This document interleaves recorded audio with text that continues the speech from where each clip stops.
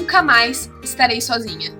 Era esse. Nunca deixe que ninguém fale que você não é capaz de fazer alguma coisa. Tenha valores que são... Pode chorar. Pode chorar. Se quiser, Tem que ter gêmeos na vida, assim, né? Então, quando você fica sozinha 24 horas com uma criança, é difícil, não é fácil. Olá, pessoal! Esse é o nosso primeiro podcast, o Pod Mom.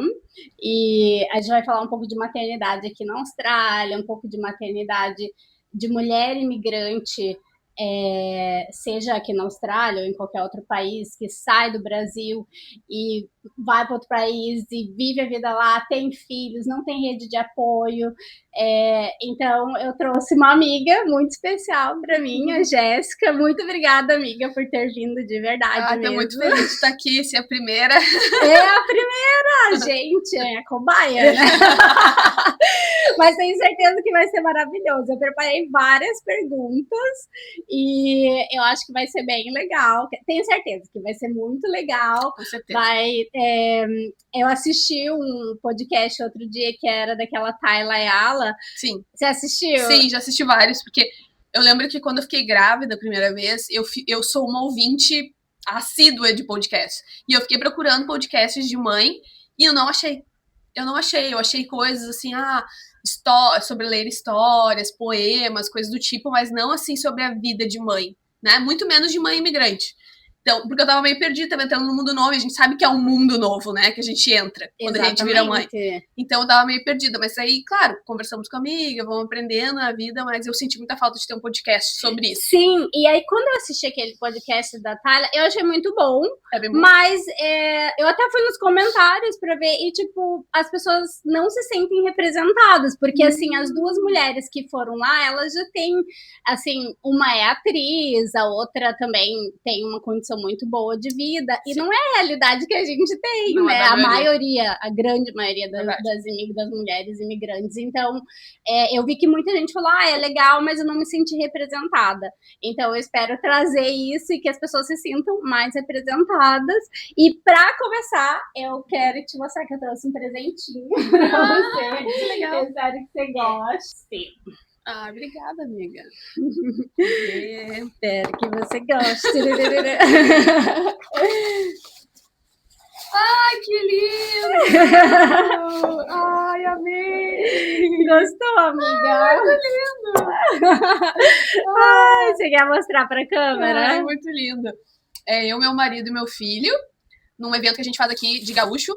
E estamos aqui vestidinho de gaúcho, com o pequenininho rindo aqui na foto, tá um amor, tá lindo. Gente, muito lindo. E essa é outra coisa, né? Como que é o nome do evento? Fala aí pra galera, faz um merchan. Todo ano, o meu marido produz um evento aqui em Sydney, que se chama 29, que é pra gente celebrar o 20 de setembro, que é uma guerra, uma tentativa de independência que o Rio Grande do Sul teve e acabou perdendo, como todo mundo sabe, faz parte do Brasil.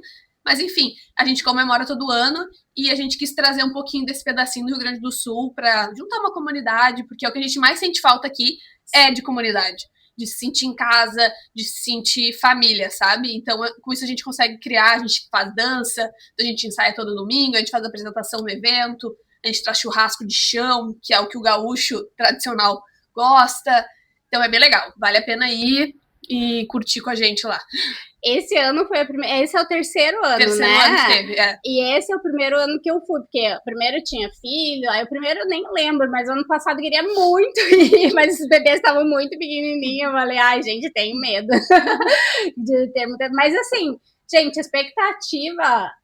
assim, eu tava, vai ser um evento legal e tal, mas assim, foi muito além do que eu imaginava, porque a gente se sentiu em casa, inclusive que as crianças andaram por tudo lá, a gente se sentiu seguro, porque às vezes a gente fica com medo, né, a criança vai ali, não pode mexer aqui, não pode, e lá eles brincaram, dançaram, tem um monte de vídeo deles dançando e se divertindo, assim, eu falei, gente, que maravilhoso, adorei. Então, assim, a gente tenta fazer um evento bem de família mesmo, para o pessoal poder ir, levar a família, para as crianças poderem viver essa cultura, né? Sim, poder viver... e tinha até cachorro, né?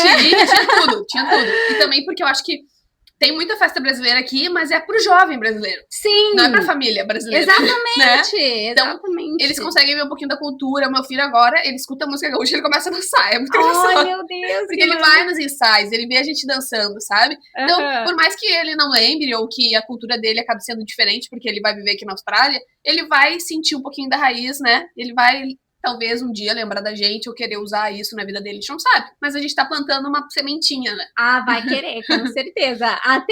Teve um australiano, inclusive, que namora uma das meninas, até ele dançou, né? É um negócio que contagia. A gente assim. camuflou ele de gaúcho. Foi muito bom.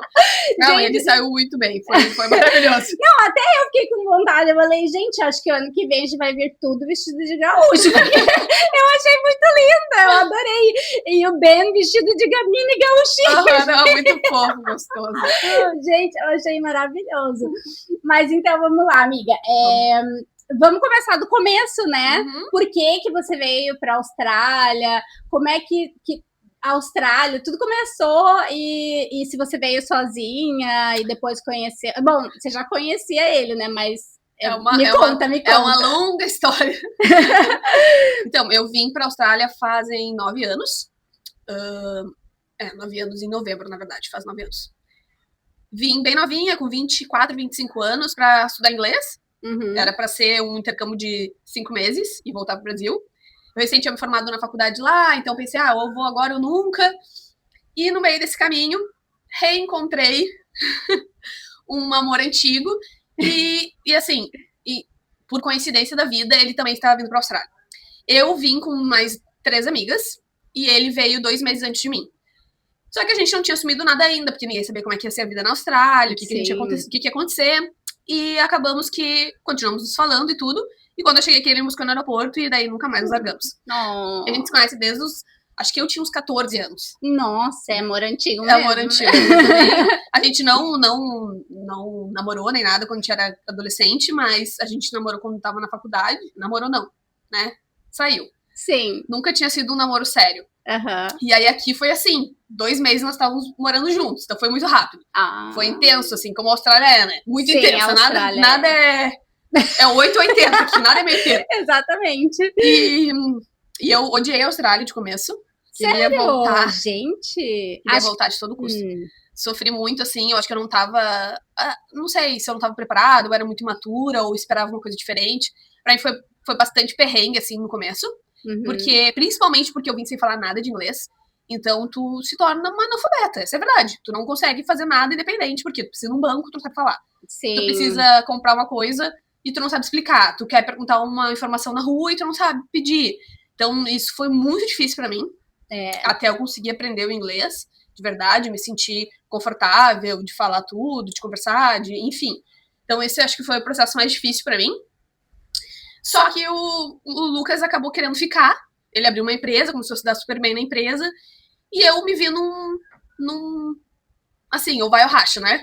Ou Sim. eu fico pra ficar com ele e tento construir uma vida aqui e assumo esse risco. Ou eu volto pro Brasil e abro mão. Abro mão do nosso relacionamento. Mas nunca foi uma coisa assim, que eu falei pra ele, não, vamos embora. Eu quero ir embora, sabe? Sempre foi uma coisa conversada e eu sabia as intenções dele. E eu via que ele tava se dando muito bem e eu não podia pedir pra ele pra ir embora e abrir mão de tudo, sabe? Sim. Então eu decidi ficar e aí eu acho que levou uns 2 anos pra me sentir em casa aqui. Nossa, 2 anos é bastante tempo, bastante né? Tempo. É porque é difícil porque a Austrália é do outro lado do mundo, né, amiga? Não é como tá assim na Europa que tu pega um avião, 10 horas tu tá em casa, Sim. quer visitar alguém e acontece alguma coisa, né? Exatamente. É uma coisa que às vezes tu vai passar um ano e tu não vai poder ver tua família, entendeu? Sim. É uma coisa que assim, não tô com saudade, vou pegar um avião no feriado e vou poder visitar. Não tem o que fazer, Não tem, então é conviver com essa dorzinha da saudade, acostumar com essa dorzinha da saudade é difícil, sabe? Sim. E ainda também tive o fato de eu me adaptar com os trabalhos, aprender bem o inglês, a gente começar a ter a nossa casa, porque no começo aquele perrengue, aluga casa com alguém, mora com um monte de gente, enfim, aquela construção ali do imigrante raiz. Exatamente, não é do fácil. 0-0. Do 0-0, menos 0, não é. Você estava contando que aí você decidiu ficar. Decidi ficar. Aí ficamos e daí começamos a correria insana atrás do PR, né? Que é, pra quem não mora aqui e não sabe, é a residência permanente, que é o primeiro passo para te poder conseguir a cidadania australiana. Estamos ainda na luta, 9 anos depois. Nossa, é bastante tempo. Foi bem difícil, porque a gente também não tentou em caminhos tradicionais, né? A gente tentou através da empresa do Lucas, e ele conseguiu um visto de self-sponsor, que é uma coisa que já não existe mais, então ele conseguiu uma exceção. Nossa! Foi uma baita uma conquista, uma conquista, assim, pra ele, porque, nossa, ele merece muito. Ele merece muito trabalhador, ele nossa, ajuda um monte de brasileiro aí, contrata um monte de gente, ensina muita coisa. Então, foi uma conquista mesmo. E aí, agora nós estamos esperando o prazo para, se Deus quiser, aplicar para nossa residência e depois a nossa cidadania, amém.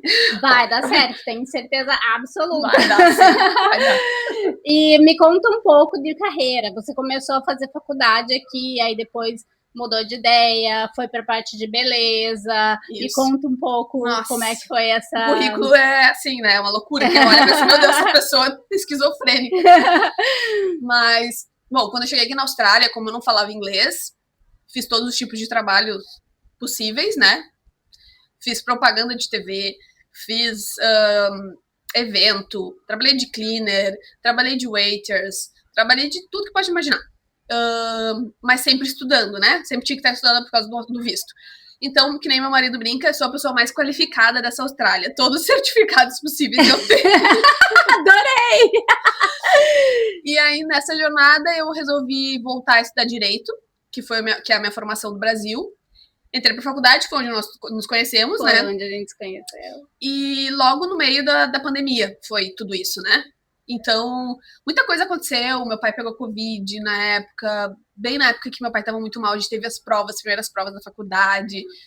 E eu tava muito naquela coisa, quero ir embora daqui, a gente tava meio trancado aqui também, né? A gente tava meio trancado, não, a gente tava trancado, né? Sim. Ficou 2 anos trancados aqui. E aí depois eu comecei a... Eu não podia, quer dizer, eu podia, mas era muito difícil conseguir um trabalho na área tendo um visto de estudante. Pra quem não sabe, se tu não tem uma indicação, é muito difícil tu conseguir um trabalho part-time nessa área, né? Sem ter um visto que possa trabalhar por 40 horas semanais, que era o meu caso. E quando eu comecei a dar uma pesquisada, eu falei, não, eu tenho que botar um pouco em prática para ver se é realmente isso que eu quero, porque a faculdade é um saco horrível, péssimo.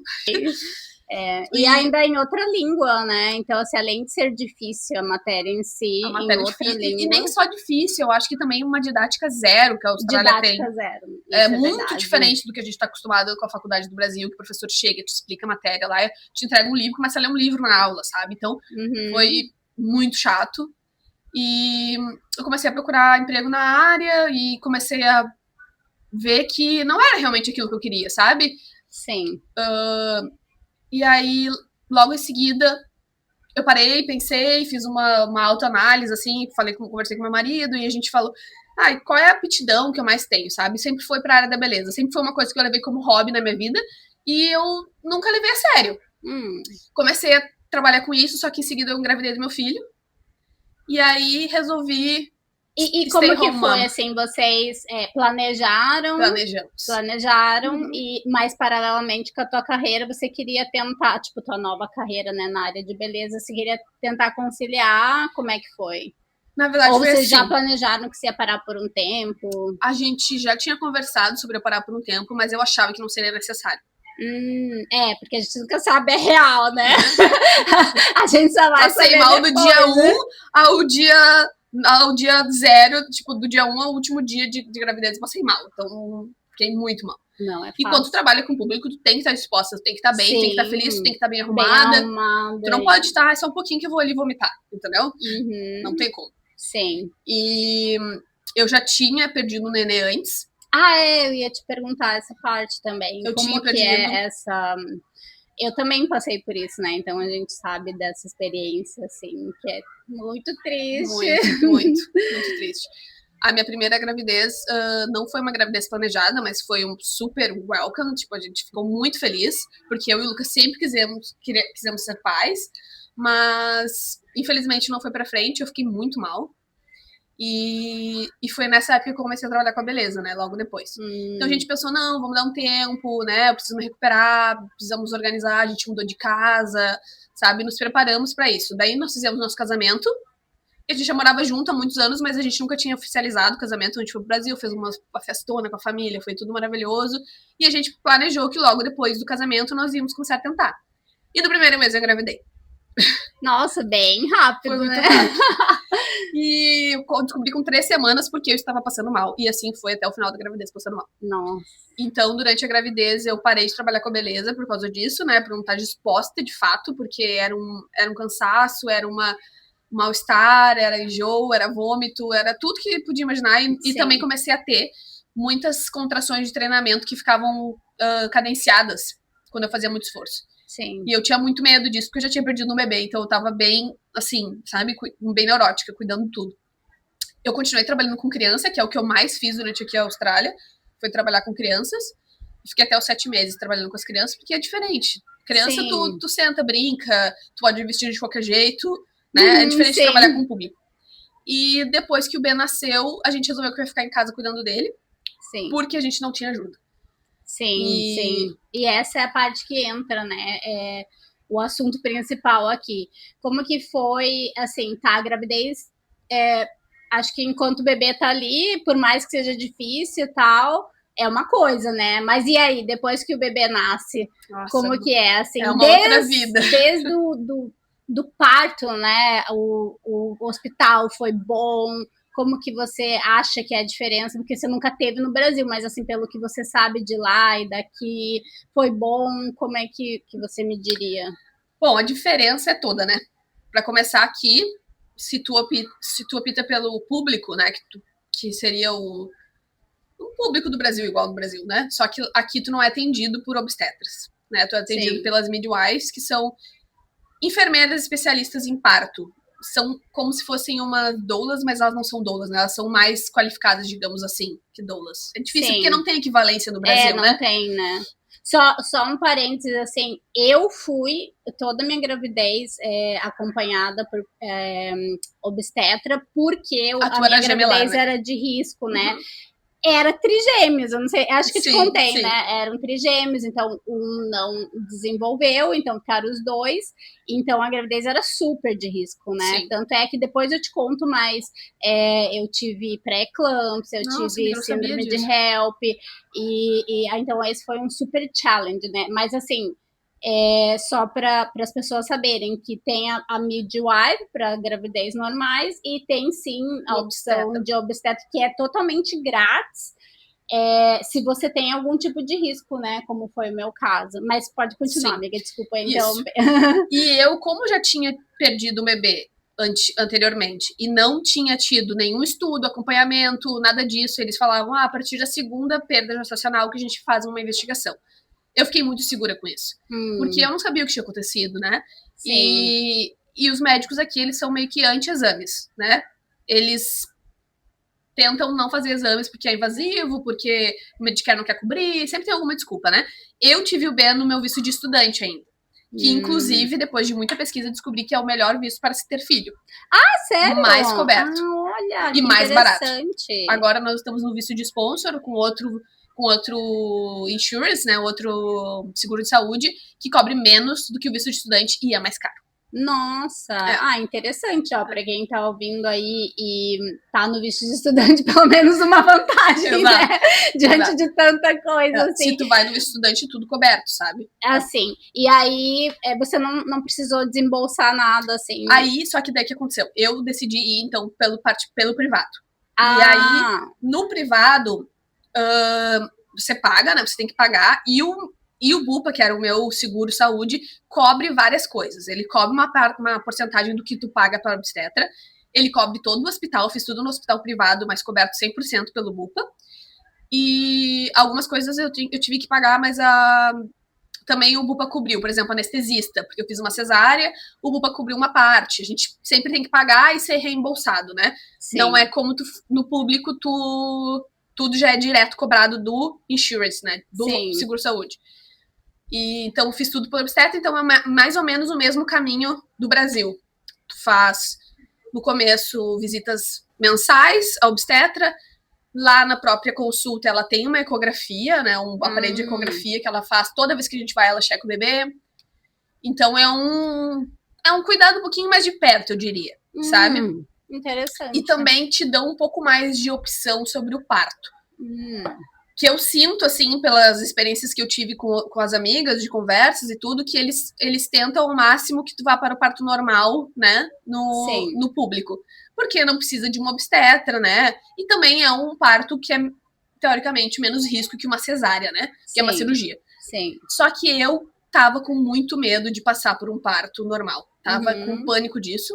Sim. E eu queria fazer uma cesárea também. Então também tinha essa barreira, né? Tinha medo de não conseguir pelo público fazer uma cesárea opcional por não ter nenhum risco dos bebês, né? Do bebê, no caso. Tipo, não precisava da cesárea, né? Foi opcional mesmo. Sim, foi marcada. E, enfim, então eu fiz pelo privado, pagava as consultas e pegava o reembolso, mas é um reembolso, por exemplo, acho que eu pagava 120 a consulta e recebia de volta 45. Ah, não é total. Não é total. Mas era mais para as consultas. E o parto em si, você teve que pagar um valor? O parto eu não precisei pagar nada. Nossa! Mas eu paguei para a obstetra. Aí a obstetra me cobrou, acho que em torno de $5 mil. E o Bupa me cobriu uns $2 mil, algo assim. Mas em total, acho que tu gasta em total uns $8 mil. Com exames que cobrem e o que não te cobrem. Com out of the pocket, acho que dá uns $8 mil tudo. Sim, e se você tivesse optado pelo totalmente público, sairia ser uns 2? Só as consultas? Acho que sim. Tipo, chutando, acho que seria mais barato. Assim. Entendi. Porque daí também tu faz menos ecografias, então fica mais barato, sabe? E o parto em si, como é que foi? Alguém da tua família veio, ou da família do Lucas? Eu e o Lucas, a gente optou por não ter ninguém no primeiro mês. Porque não é como se a gente estivesse no Brasil e a nossa ajuda pudesse ir pra casa dormir depois. Ou, nossa, preciso de um tempo, preciso respirar, estou no puerpério, estou estressada, estou brigando com meu marido. A gente não sabia como ia ser, né? A gente não era pai ainda, a gente tinha que se conhecer como pai. Então a gente optou por o primeiro mês não ter ninguém aqui pra nos ajudar, porque a gente ficou com esse medo, assim, de não viver esse momento família, porque nossa família ia estar aqui dentro da nossa casa, né? Sim. E pra eles também ia ser, eu acho que um pouco sufocante, né? Sim. Então, quando o Ben fez um mês, meus pais vieram. Foi ótimo, foi muito bom. Mas como que foi esse primeiro mês? Ai, sabe que assim, ó, é muito louco. Eu não sei se tu sente isso, mas eu tenho um pouco que o puerpério ficou meio uma nuvem. Parece que eu não lembro de tudo. É verdade! Parece que meio que falando... meio sonho, meio verdade, é meio doido. Então você não lembra exatamente, assim, como é que você se sentiu naquele primeiro mês? Parece uma mistura, assim, sabe, tudo. Sim. Não é claro, bem claro, como normalmente é a vida, sabe? Sim, mas o Lucas conseguiu ficar com você. O Lucas ficou em casa. Ele pegou uns dias. Ele ficou o mês inteiro comigo. Ai, que maravilha. Então foi ótimo. Sim. E só que eu tive, assim, fora isso, foi ótimo, mas eu tive muito problema com a amamentação. Então isso foi uma barreira muito difícil pra nós, porque a gente fez muitas consultas com consultora de amamentação. A gente tentou de tudo, o Ben não conseguia mamar no peito, e a gente tava com muito receio de dar, sabe, mãe de primeira viagem, receio de dar fórmula, pesquisava 1000 fórmulas, não tinha coragem de dar. Ai, sabe aquela coisa que mãe tem medo de tudo? A gente tinha muito medo de qualquer coisa. Sim. E aí, no fim, eu não conseguia amamentar, só que eu tinha muito leite. Então, eu comecei a tirar leite e eu fiquei assim, tirando leite até o 7º mês. Nossa. O que foi muito, muito difícil. Foi um grande desafio. Sim. No começo, eu tirava 8 vezes por dia, por 30 minutos. Ou seja, 4 horas do meu dia eu estava com uma máquina me ordenhando.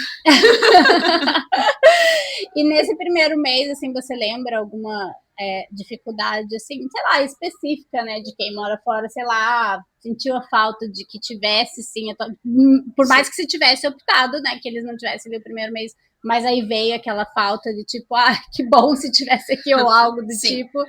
Eu senti uma coisa que eu conversei com algumas mães sentiram, nem todas, mas por mais que, assim, meu filho foi muito pelejado, sempre quis muito ser mãe, e é uma realização pra mim até hoje, quando eu falo, eu fico com os olhos cheios de lágrimas, porque eu sou muito feliz sendo mãe. Eu senti naquele momento, meu Deus, eu não posso nem ir no banheiro sozinha, eu nunca mais estarei sozinha. Era esse parece que sufocada, assim, sabe? porque eu queria estar ali pra ele 100% do tempo. Então, se eu ia no banheiro, ele tomou banho, eu ia no banheiro correndo, porque ele podia acordar, e se ele acordasse, eu queria estar lá, sabe? Eu meio que tomei aquilo tudo pra mim. Até dei uma distanciada, assim, dei uma empurrada pro meu marido, não deixava ele fazer muita coisa, e ele ficava bravo comigo, inclusive. Porque ele queria, amor, tu não vai ter aqui o tempo inteiro, deixa eu te ajudar. E eu não conseguia, tinha que ser eu. Pensava que, meu Deus, não, só eu vou saber fazer direito, sabe? Sim. Uma coisa bem de purpério, assim, de instinto materno, de loucura mesmo, sabe? Sim. Então, eu penso assim, ó, que se talvez a minha mãe tivesse ali, eu ia, talvez não tivesse sentido essa sensação, sabe? Sim. Porque eu ia saber que ia estar com ela, que já foi mãe. Sim, sabe? Exatamente. O Lucas, eu acho que eu ficava com medo, porque ele é homem, ele nunca lidou com criança antes, não sei. Era umas paranoia de purpério mesmo, sabe? Sim, né? eu entendo. Eu acho que é bem comum de acontecer com as mães de primeira viagem é achar que não precisa de ajuda, né? Sim. Achar que a gente dá conta de tudo até o esgotamento. E aí a gente vê que a gente não dá conta de tudo. Mesmo que a gente queira, a gente não dá, não tem como, sabe?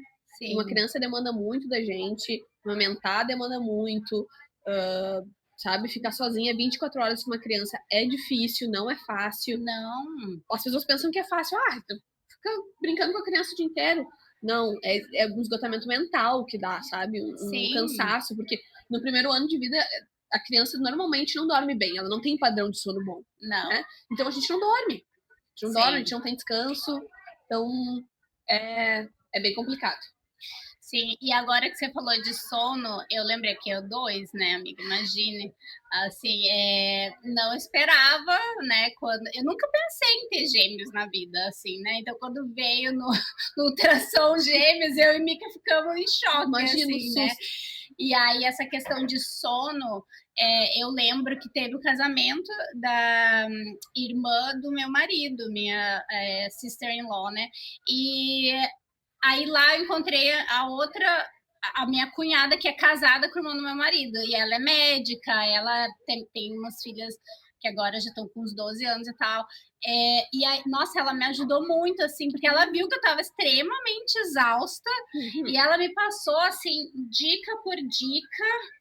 E funcionou, assim, na questão do sono deles. Não vou falar que uma mágica aconteceu, não, mas nunca assim, é uma mágica, né? Mas assim, ajudou de uma forma. Inclusive agora eu vou fazer um aplicativo de sono do bebê que vai incluir outras coisas que fazem parte da rotina, inclusive, que é alimentação e os saltos, né, de desenvolvimento. Nossa. Porque eu senti muita falta disso. Porque assim, eu vejo que o pessoal vem de curso e não sei o que, mas a gente não tem tempo para assistir. Não. Então, eu tô desenvolvendo um aplicativo com todas essas coisas que eu aprendi e eu li muitos livros, muitas coisas e cada vez que tá acontecendo uma coisa, a gente corre pra ler um livro pra ver, meu Deus, mas alguma coisa tá errada, o que tá acontecendo? Eu fiz tanta pesquisa, fiquei tão, assim, malucona em cima dessas coisas, que eu aprendi muito, e também, claro, com a ajuda de profissionais, assim, então a gente tá desenvolvendo e tá ficando bem legal. Então legal. Essa é a primeira vez que eu tô falando disso. Legal.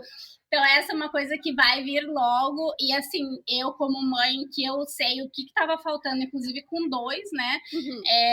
Vi que um aplicativo ia ser a melhor forma, porque você clica, o que está acontecendo agora? Aí você vê que é salto de desenvolvimento, e com esse mês, e com essa idade, e o que eu deveria fazer assim, e assado, e aí é um ponto a ponto que é direto ao ponto, assim, sabe? E aí então, vai poder testar. Vai ficar, exatamente, e vai ficar bem, tá ficando legal, muito legal. Muito legal. Mas voltando a essa questão de sono, teve alguma coisa que... um momento que... Tudo foi muito difícil. O Ben, logo que ele saiu da barriga e ele não quis dormir no bercinho de acrílico do hospital. Começou ali. Já começou ali. Então a gente tinha que ficar revezando porque ele não aceitava. Ele podia estar ferrado no sono, ele não aceitava deitar naquele berço de acrílico. Ele só aceitava ficar perto da gente. O tempo inteiro grudado. A gente chamava ele de koala, de canguru, porque ele tinha que estar grudado na gente. Então a gente voltou do hospital, eu tinha feito uma cesárea, então eu tomando remédios fortes pra dor, eu tinha muito medo de dormir e rolar pra cima dele, mas não tinha outra opção. Ou o Ben dormia na cama com a gente, ou ele não dormia. E aí começou, eu e meu marido lendo livro, procurando na internet, pesquisando. Que nem eu falei, procurei podcast sobre o assunto, daí li muito sobre consultoras do sono e tal, pensei em fazer. mas começamos a fazer os testes, porque eu acho que também é isso, né? Exatamente, testes. Tudo é questão de teste. Porque muitas coisas vai funcionar para uma mãe e não vai funcionar para outra. Exatamente. Cada criança de um jeito, então a gente tem que ir testando. E aí nós fomos testando, fomos treinando o Ben. Meu marido já queria treinar deixa ele chorar um pouquinho, e eu não conseguia. Para mim, eu chorar um pouquinho não existia, não consigo. Era até um negócio de discussão entre nós, porque ele falava, deixa eu chorar um pouco, tá tudo bem. Eu falava, não, eu não consigo aceitar que eu vou deixar um bebê que não sabe dizer o que ele tá com fome, se ele tá com sede, se ele tá com dor de barriga, se ele tá com o quê, chorando. Não vou, não consigo, não dava para mim. Não conseguia, não dava.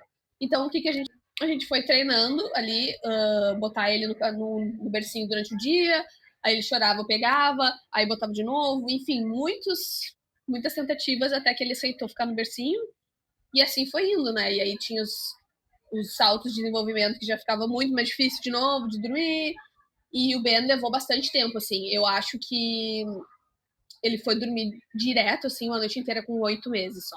Nossa, não, mas isso está excelente. Porque os meus, eu não sei porque eram 2, né? Mas, assim, eram de épocas, né? Acho que todo bebê, né? Então tinha. E você deixava no mesmo quarto? Nossa, sim. E aí um acordava o outro. Assim, na maior parte das vezes, por incrível que pareça, eu acho que eles se acostumam que tem alguém que vai chorar ali e eles não acordam. Tipo, um não acorda, na maioria, né? Não é regra, claro, assim. claro. Então, muitas vezes sim, um acorda o outro, então esse que é o big challenge, né? Mas às vezes, principalmente depois que eles ficaram um pouco mais velhos, isso ajudou eles saberem que o outro estava ali. E essa foi uma outra, assim, tática do sono, né? Que foi, assim, hoje em dia não, já faz um tempo que isso acontece, eu vou lá, estamos lendo um livrinho, faz a rotininha do sono antes ali, e aí fala... bedtime. Aí eles começam, bye bye book, bye bye this, bye bye that, bye bye dada. E aí sobem a escada, eu coloco eles no berço, ligo a musiquinha, eles gostam de uma musiquinha para dormir, de ninar, e fecha a porta, amiga. Eles ficam lá. E aí eles dormem sozinhos por eles mesmos e só acordam no outro dia. Eu também, graças a Deus. A minha tia veio e falou... Que bruxaria é essa? Ela falou, porque lá no Brasil, e realmente isso é verdade, eu não vejo, assim, com a minha família, com os meus priminhos, eu nunca vi isso acontecer, é sempre a mãe minando e não sei o quê, e tipo assim, eu falo, não, isso não pode ser a realidade das mães. Eu lembro que quando eu comecei a trabalhar com crianças, eu fazia babysitting, e eu via isso, tipo, a mamãe falava, chega lá, dá o mamar e bota ele no berço que ele vai dormir sozinho. Eu falava, gente, como esse bebezinho vai dormir sozinho? E é isso que a gente treina, esse é o foco. Esse é o treino. O Ben também faz isso. O Ben, a gente dá um mamazinho pra ele, dá boa noite pra mim. Normalmente é o Lucas que bota ele pra dormir.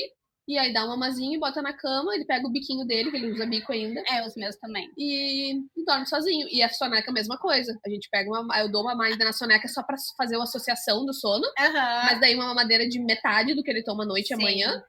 E bota ele no bercinho e ele dorme sozinho. Graças a Deus. Gente, é maravilhoso. É libertador. Então, assim, e eles vão pra cama feliz, porque eles já sabem, eles passaram por toda a rotina. É essencial. A rotina é maravilhosa.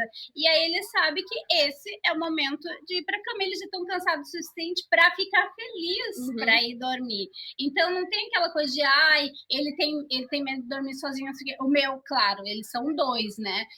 Mas como você tá dizendo que também funciona por bem. Então, tipo, mantendo essa rotina, as coisas funcionam. E assim, um bebê é diferente do outro. Claro que para um vai funcionar num certo momento, para outro vai demorar um pouco mais.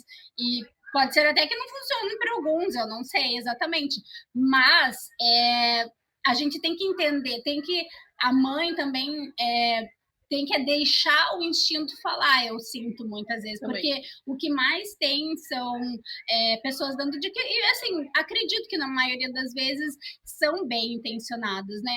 Mas assim, se você não deixar também o teu instinto falar, muitas vezes você vai tratar o teu filho de uma forma que ele é diferente, ele tá tratando de uma forma que outra criança tá sendo tratada, e para ele não vai funcionar. Sim, é teste. E vai ser ainda mais difícil, né, para ele. Então eu vejo que tem criança que se traumatiza na hora de dormir, tipo, é um berreiro, acho que vai ficar sozinho e tal. E, assim, manter essa rotininha de uma forma que eles fiquem felizes é a melhor coisa, porque todo mundo fica feliz. Exato. A criança, eu acho que quando ela sabe o que vai acontecer, é que nem a gente, né? A gente fica com medo do incerto, né? E para eles estão aprendendo a vida, aprendendo como é que funcionam as coisas, aprendendo que eles não fazem mais parte da mãe, né? Então, eu acho que quando a gente mantém uma rotina, eles sabem o que vai acontecer, eles se sentem seguros. E isso ajuda muito, né?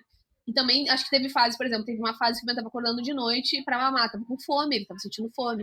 E eu me dei conta que eu não estava dando o suficiente de comida pra ele. Na época da introdução alimentar, suficiente de comida pra ele. Por isso que ele tava acordando à noite. Então, é muitas coisas que, assim, só a gente vivendo na família, a gente vê o que tá acontecendo. Então, a gente tem que ir testando tudo. Olha, ele tá acordando de noite tomando uma madeira. Então, eu vou dar a janta pra ele mais tarde, ou eu vou dar a janta pra ele mais comida, ou vou dar mais um lanche à tarde, vou aumentar isso, vou dar mais uma fruta, sabe? E assim tu vai testando. Sim, exatamente. Então, assim, eu acho que esse ponto que você falou é essencial. Pensa mais aí. E aí, quando a tua mãe chegou, como é que foi? Foi os teus pais ou a tua mãe? Pais, meu pai e minha mãe. E meus pais vieram bem na época que deu a enchente no Rio Grande do Sul. Então eles ficaram trancados aqui e acabaram que ficaram 50 dias aqui, 40 e pouquinhos. E era pra eles ficar quanto tempo? Era pra eles ficarem um mês. Nossa! Bom, por um lado, então, tipo... Foi bom pra eles não passarem esse trauma lá, né? Sim. Porque foi bem tenso, foi bem triste. E também porque eles acabaram passando mais tempo aqui conosco, foi muito gostoso. Mas assim, com seus desafios também, né? Sim. Os meus pais não são acostumados a fazer comida, a lavar roupa, sabe? Né? Eles sempre tiveram ajuda. E meu pai trabalha até hoje, ele tem 80 anos, ele trabalha 12 horas por dia, de segunda a sábado.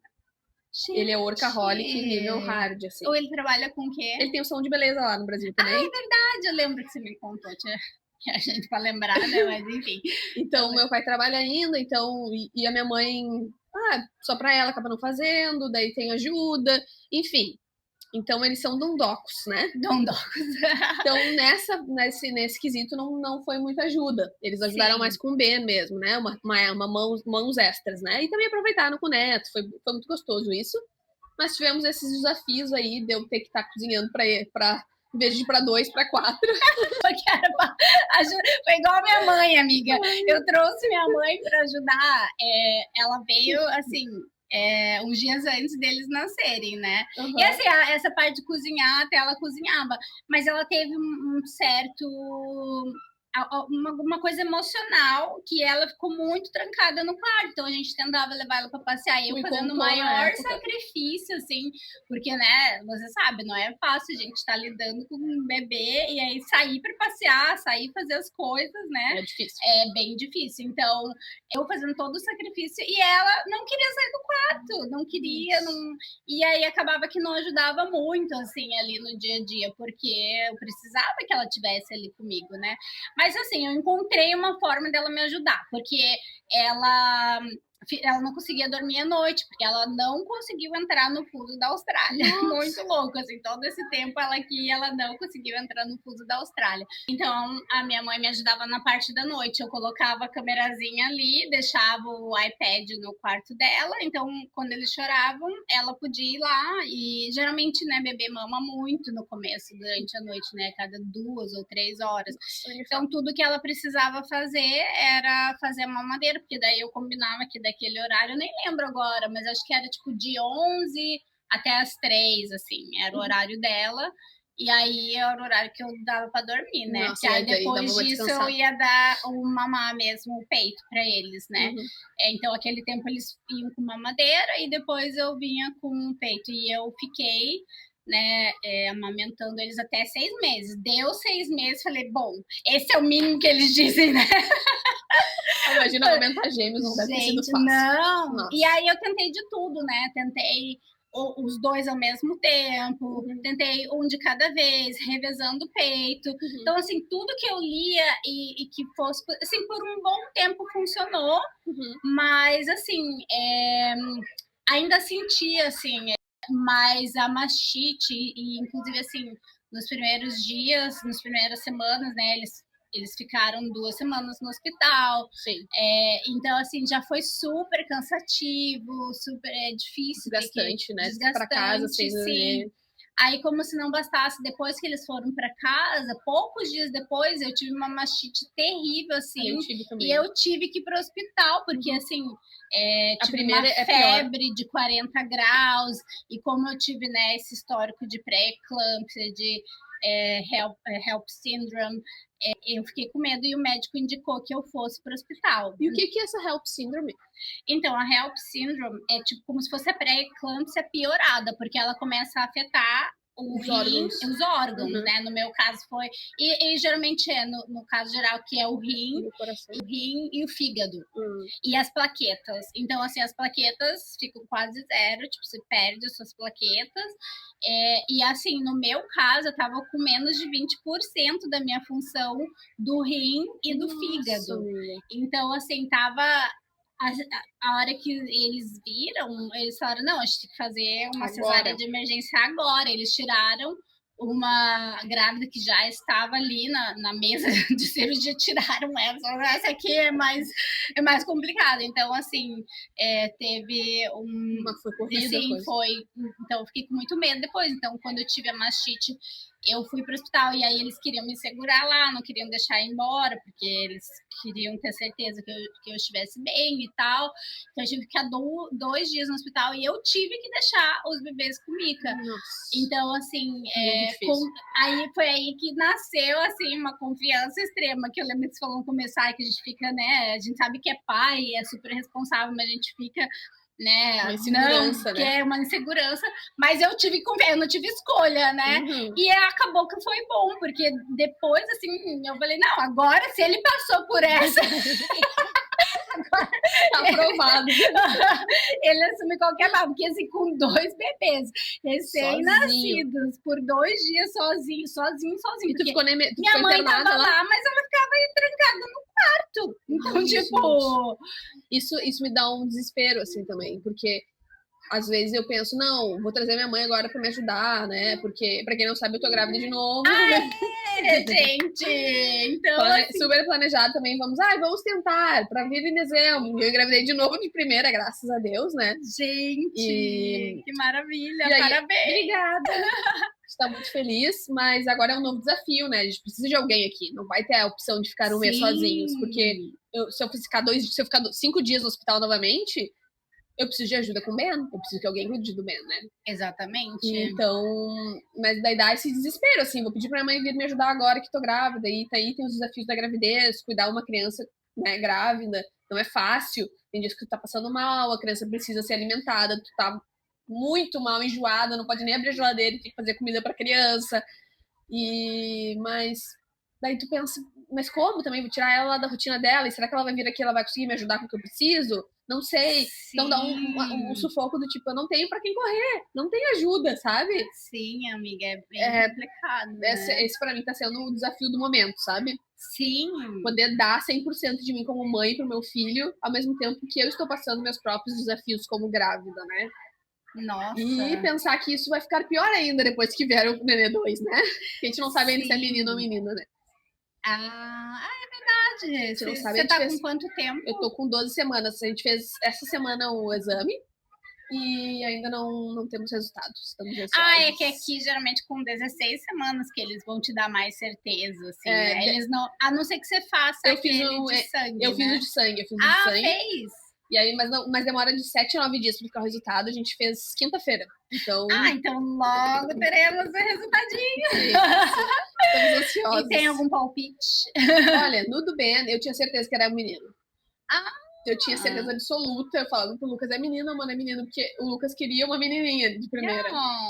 E eu falava, não, pode esquecer que é menino, mano. Pode ter certeza. E aí, agora, não sou tão certa quanto do Ben, mas acho que é uma menina. Olha, vamos ver se precisa acertar os 2 palpites, assim. Gente, é difícil. Eu sempre também me imaginei como mãe de menino. E aí veio 2. Assim. Mas agora eu tô mais, assim... Não tô tão ansiosa como eu tava do Ben. Porque se for um menino, eu vou ficar muito feliz, porque eles vão ter 2 anos de diferença só. Então vai ser parceirinhos, né? Pra ele vai ser ótimo. É bem E pouco se for uma mesmo. menina vai ser ótimo também, porque eu também quero ter a experiência de ser mãe de menina. Sim, Então, é o pacote completo, né? eu tô feliz Mãe de de qualquer uma jeito. menina e de um menino. Mas então agora você ainda não sabe se tua mãe vem, como que você vai fazer. Vamos trazer os meus sogros, que a minha sogra é muito agilizada, ela é o oposto da minha mãe, de ajudar com casa, comigo, ela toma conta de tudo, então acho que vai ser muito bom. Mas talvez ela precise de uma ajuda com o Ben, porque ela tem alguns problemas de saúde e o Ben é energia 100%, né? Se ele não caminha, ele só corre, a gente brinca, ele não caminha, ele corre o tempo inteiro. Então, tem que ser uma pessoa que seja disposta a sair correndo atrás dele. Ela tem uma prótese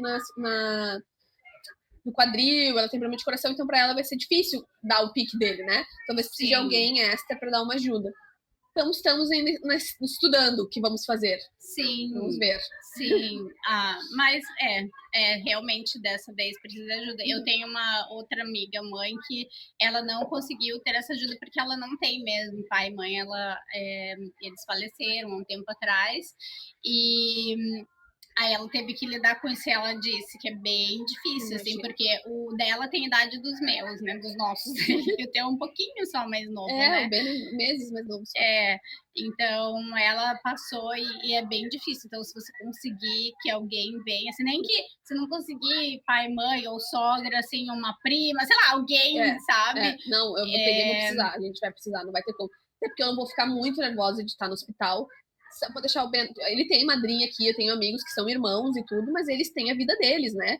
Eles não têm como parar o dia inteiro, parar 5 dias pra ficar com o Ben, sabe? Sim. É diferente. Quando tu tem uma família perto que tu pode deixar na avó, eu tô doente, vai ficar aí na avó, a mãe eu tô mal, preciso de uma ajuda, preciso ir no dentista. Aqui não tem essa opção. Sim. Tu tem que organizar toda a tua vida para quando teu marido pode ficar, ou a Dinda pode ficar no final de semana, por algumas horinhas.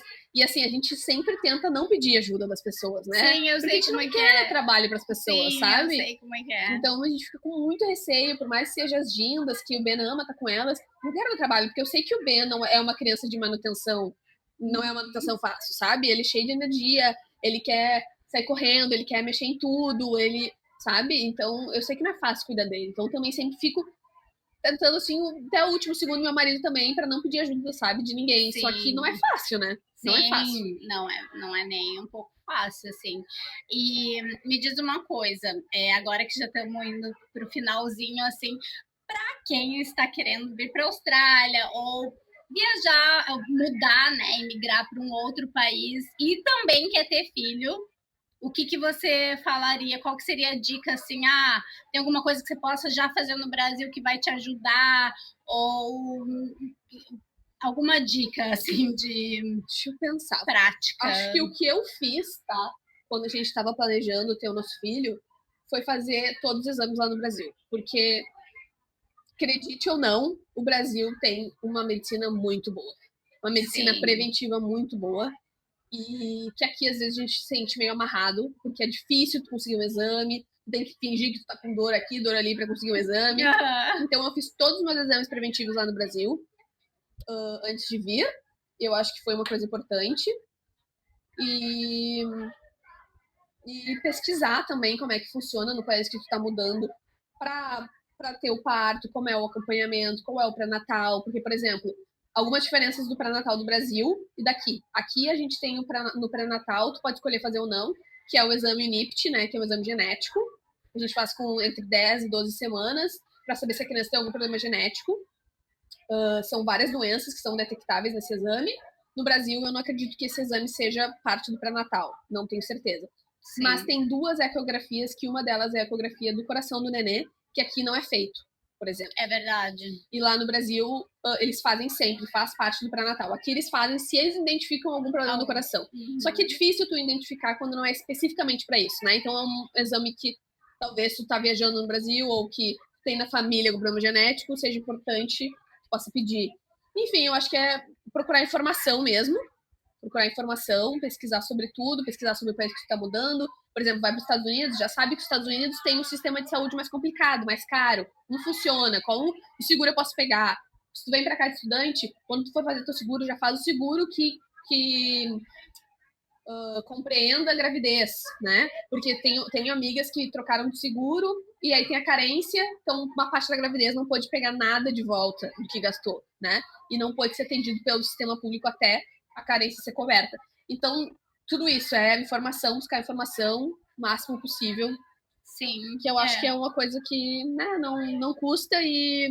Sim, e foi bem bom a gente trazer as informações que rolam aqui na Austrália, porque eu acho que esse tipo de informação é difícil de achar, né? Então, assim, a gente falando daqui, a pessoa, se tá pensando em ir para a Austrália, já vai saber mais ou menos como funciona aqui. Então, se for para algum outro país, buscar, seja em podcast, seja em sites de mães, em páginas. Agora tá tão democrático, né? As mães têm página em todos os lugares do mundo, assim. Então, eu acho bem legal. A informação tá mais fácil de ser encontrada, graças a Deus. Exatamente. Quando a gente veio, não era assim, né? Exatamente. E aí, outra coisa que eu quero que também seja parte das perguntas finais, assim, e se você quiser olhar para a câmera para falar, se por algum motivo, eu sei que é muito profunda essa pergunta, mas se por algum motivo você não puder estar aqui para o teu filho um dia, qual que seria a mensagem que você deixaria para ele? Qual que é a lição que você acha mais importante, assim, que ele fala, não, isso veio da minha mãe e eu vou levar comigo? Ai, meu Deus, tinha que ter me preparado para isso. É difícil. Então, eu vou fazer o seguinte, eu vou falar primeiro, que eu meio que me preparei, e aí você já vai pensando, mas também vai ser difícil para mim, que já deu, já...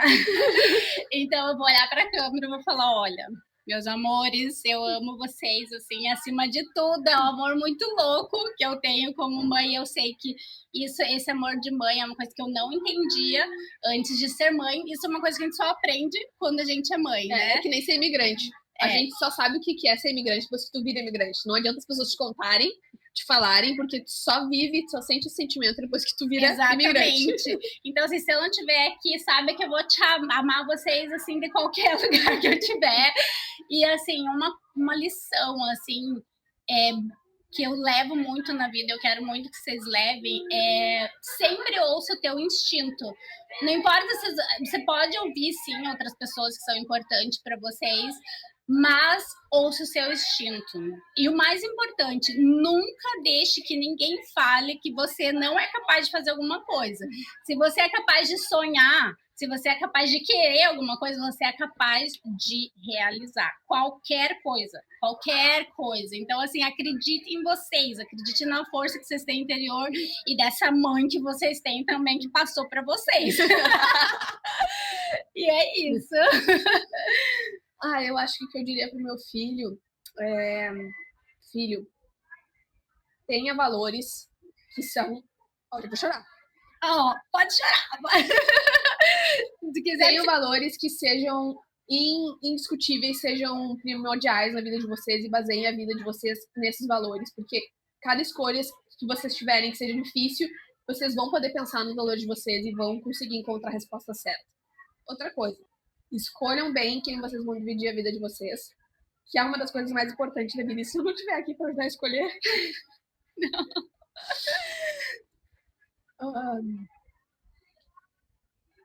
É uma das coisas mais importantes e isso vai nortear a vida de vocês sempre. Então, escolham pessoas especiais, pessoas que vocês amem, pessoas que tenham valores parecidos com os de vocês, porque eu tô contando já meu bebezinho na barriga. Claro, com certeza. Porque eu sei que vocês vão ser muito felizes assim. A mamãe ama muito, muito, muito, com todo o coração. Amém. Ai, que lindo! Eu fiquei emocionada também! As mães são muito trouxas aqui. E meus filhos estiverem ouvindo, pega os conselhos dela também. Pega esses conselhos que eu falaria a mesma coisa. Ai, amiga, olha, muito obrigada. Obrigada a você, eu assim, amei fiquei o convite. Muito feliz. Foi, assim, maravilhosa essa conversa. Foi muito além do que eu estava imaginando. Ai, que legal, que bom. É o primeiro podcast, eu acredito que é o primeiro de muitos que vão vir, vão trazer muita informação. Porque eu acho que sente, né? Como você falou, sente falta, a gente vai procurar e não encontra. Então, parabéns, assim, amiga, pelo seu trabalho. Eu acho que tá o comecinho, mas que vai construir muita coisa e a gente precisa muito dessa conversa, sabe? A gente se sente tão sozinha sendo mãe imigrante. sem poder compartilhar com muita gente, ou às vezes compartilhando, mas eles não, lá no Brasil, não estão vivendo a mesma coisa que nós estamos vivendo aqui. Então, às vezes, eles não conseguem compreender o que a gente está passando, ou o que a gente está sentindo, né? É difícil. Então, acho que assim a gente se sente mais acolhido. Sim, e é aquela coisa, por isso que também a gente tem os nossos grupos de amigas aqui, né, os nossos amigos e amigas, assim, o nosso grupo é maravilhoso, né, maravilhoso. Tipo, a gente se apoia, começou se apoiando na faculdade e se tornou, né, o grupo de auxílio emergencial para tudo, né? Tudo. Lembra que a gente até estava conversando esses dias do puerpério, das nossas loucuras. Uma mais doida que a outra. Gente, eu acho que eu vou fazer um capítulo só para falar do puerpério, porque é muita coisa, né? Muita coisa. Não, assim, é essencial. E não é falado, né? A gente não acha, porque eu falei, gente, eu não sabia de toda essa loucura, eu não sabia que eu ia brigar tanto com meu marido, a gente nunca tinha brigado antes, e aí você fica...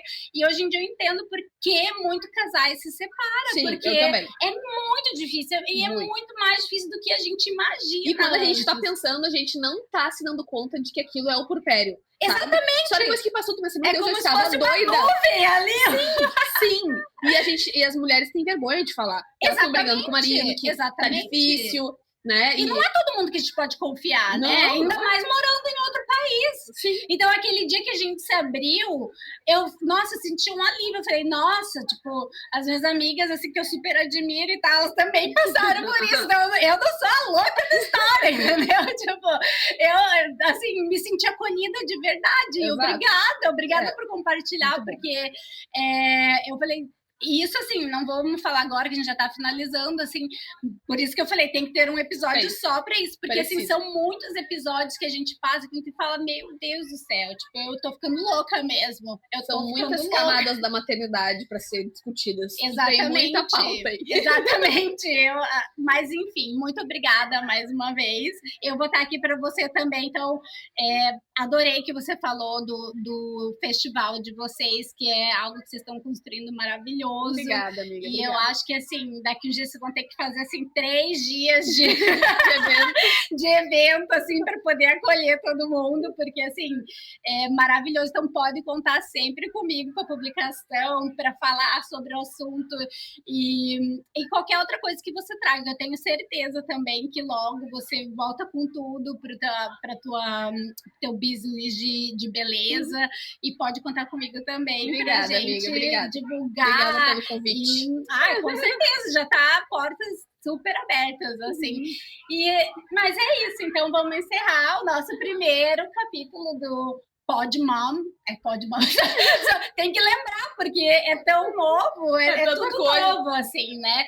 E pode contar com a gente. Então, se você também quiser participar, você mora aqui na Austrália, tem várias pautas que eu quero trazer. Já teve um conhecido meu que ele fez surrogacy, que é como uma outra pessoa fica grávida, porque eles são um casal homoafetivo. Então, eles tiveram essa experiência, assim, e eu achei muito legal. Eles têm até uma página, né? Acho que assim, dividindo essas experiências dele. Então, ele vai vir também. Tem umas meninas que entraram em contato, que são doulas, a outra que é pedagoga. Então, assim, tem muita coisa pra gente trazer e pra agregar na nossa comunidade, assim. E aí tem, assim, as business mom também, que elas têm os negócios delas. E, assim, é um outro challenge, né? Porque é um outro filho. Que tem, assim, então... Dar conta de tudo não é fácil. Sim, então tá vindo muita coisa boa por aí. Vai ter, assim, papo pra mais de metro. Fiquem ligados que vai ser muito legal. E obrigada, amiga. Obrigada.